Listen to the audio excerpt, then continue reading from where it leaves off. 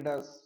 इस वीडियो में हम मार्केट टर्मिनोलॉजी के कुछ शब्दों के बारे में समझेंगे, जैसे bullish market, bearish market, ask और बिड क्या होता है, स्प्रेड क्या होती है, स्वैप क्या होता है, शॉर्ट लॉन्ग क्या होता है। तो हम स्टार्ट करते हैं इसको आस्क और बिड प्राइस से। अब आस्क और बिड प्राइस क्या होता है? आस्क प्राइस जो होता है जिसपे हम कोई इंस्ट्रूमेंट को खरीदते हैं, मतलब बाय करते हैं, और बिड प्राइस क्या होता है जिसमें हम उसे सेल करते हैं। और आस्क और bid price, sorry, ask price हमेशा बिड प्राइस से ज्यादा होता है, तो दोनों के बीच में जो गैप आता है हम उसे स्प्रेड भी बोलते हैं। तो जब भी आप ट्रेड लेंगे तो आपकी ट्रेड हमेशा लॉस से ही स्टार्ट होगी। चलिए हम इसको थोड़ा सा और डिटेल से समझते हैं, आस्क और बिड प्राइस को। बिड प्राइस क्या हो गया? जैसे आप यूरो यूएसडी के करेंसी पेयर पे ट्रेड कर रहे हैं, तो बिड प्राइस क्या हो गया आपका? 0.09251। और आस्क प्राइस क्या हो गया? मतलब इस प्राइस पे हम खरीद रहे हैं और इस पे हम बेच रहे हैं। मतलब तुरंत में अगर हम यहाँ पे अगर पॉइंट देखें, यहाँ पे 0.09251 और 0.256, मतलब दोनों के बीच में हमने अभी पिप को भी समझा हुआ है कि पिप क्या होती है। तो ये आधी पिप है, मतलब एक पिप का पांचवा हिस्सा, सॉरी, एक पिप का 50वां हिस्सा। मतलब दोनों के बीच में लगभग लगभग स्प्रेड क्या हो गई आपकी? 0.05 पिप की स्प्रेड हो गई। इसी कारण से जब भी फॉरेक्स मार्केट में आप कोई भी ट्रेड लगाएंगे तो वो लॉस से ही स्टार्ट होती है। और स्प्रेड जो होता है आपका किसी भी financial instrument, stock, forex, crypto currency, कहीं भी आपको ट्रेड करेंगे तो बिड और आस्क प्राइस आपको मिलेगा। ये एक प्रकार की स्प्रेड है जिसे कमीशन के साथ में चार्ज किया जाता है, और यहाँ से ही हमारे ब्रोकर ब्रोकर जो होते हैं यहीं से हमें ये चार्ज लगा के प्रॉफिट बनाते हैं। तो इस आशा करता हूं मैं आपको बिड और आस्क प्राइस क्लियर हो गया।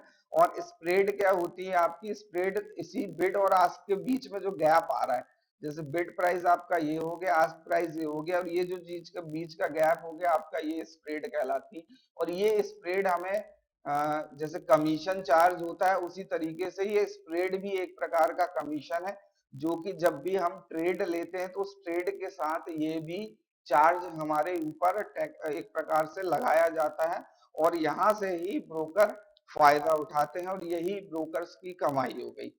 चलिए हम टर्मिनोलॉजी के दूसरे शब्द को समझते हैं। आस्क और बिड प्राइस क्लियर हो गया होगा, स्प्रेड आपका क्लियर हो गया होगा। स्वैप रेट, स्वैप क्या होता है? जब हम एक करेंसी से दूसरी करेंसी में कन्वर्ट करते, जैसे मान लीजिए आप जिस आपके अकाउंट में मान लो यूएसडी है, यूएसडी आपके अकाउंट में मान लो रखे हुए हैं 1000 यूएसडी रखे हुए हैं। मतलब ये ट्रेड करने के लिए जो फंड आप रखते हैं, ये बैलेंस की मैं बात कर रहा हूँ, real money.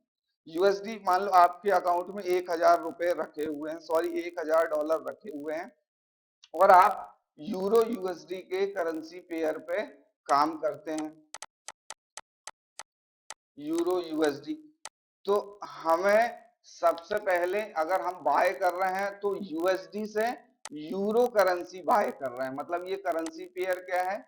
Euro USD currency pair है। तो यूरो यूएसडी करेंसी पेयर हम यूएसडी से बाय कर रहे हैं, मतलब हम एक करेंसी से दूसरी करेंसी में कन्वर्ट कर रहे हैं, और इसी कन्वर्ट करने के चार्ज को स्वैप कहा जाता है।